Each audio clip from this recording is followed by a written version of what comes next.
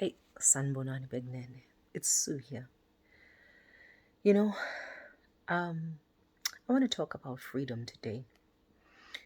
I heard a particular individual talk about, we must respect, we must respect. I agree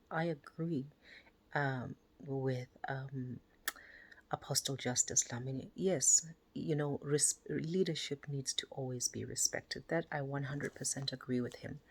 The only thing is, I would add to that, with all due respect, I would add to that that respect is earned. Um, for an example, to say we would see Saitanza Inkosi. I mean, for me, what makes you love an individual? What makes you love an individual is how he treats the nation or the people. The first and foremost thing should always be, whether you are president, the president of the United States, your first and foremost concern should be the people. That's the beauty of freedom of that's the beauty of democracy. Now, I want to also touch on something that the former president of the United States, Ronald Reagan. There's some things that Ronald Reagan said that we can learn about President Ronald Reagan, one of the greatest presidents of the 21st century.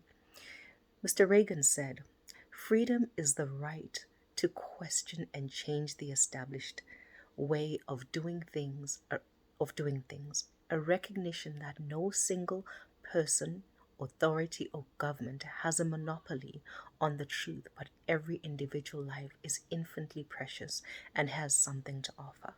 So, with regards to what's happening there in Eswatini, people are valuable to God. People are extremely valuable to God. Every single life that has been killed had something to offer on this planet. But I also do believe and could say that these people's blood is crying out for vindication from their Maker, and I believe that they will be vindicated by their Maker. So, with that, I also want to touch on President Ronald Reagan. He's told Gorbachev, he said, "Gorbachev, tear down this wall." May the Ronald Reagans of our time stand up and call out evil for evil and good for good. Stand against the regime that is hurting the nation, which is also going to cause the collapse of our economy. These things are extremely important if it continues this way. Now, Mr. President, Ronald Reagan challenged the system in its most vigorous way. He eliminated the total system. This is what needs to happen in Eswatini. The Tinkundla system, the DBO system, must be torn down. Reagan's strategy with Gorbachev or the Soviet Union was dialogue. See, in order to get peace, dialogue is extremely important. You get peace through strength, by dialogue. We can learn from some of the greatest that have gone out before us. Now, also, respect for human life, he said, is not life is not social work. It is the first obligation of government and the source of its legitimacy. Terror does not work. Mr. Reagan wanted to go to the negotiation table, which he did, and that's how peace was accomplished, through the Soviet Union and totally demolishing communism. So, those who might be listening to this is, I'm sad to say, but it almost seems like the time for negotiation has come to an end. I don't even know if the Swazi people would want to negotiate at this time, but negotiation is a key strategy in the movement, in any kind of war or disagreement and moving forward, right? So,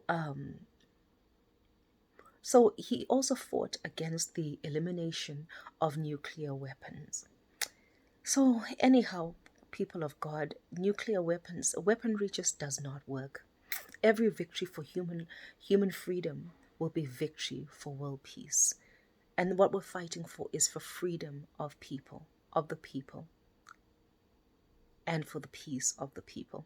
Anyway, this is just food for thought for me. And we're just calling forth those leaders, tenacious leaders with spirits like the Ronald Reagans of our time, to talk and stand up against any spirit of bullying, against human life. Human life is extremely important to every human being, because we are all one family at the end of the day. Anyway, beloveds, God bless you. Click like and subscribe and leave your comments. Thank you so much. Have a great day.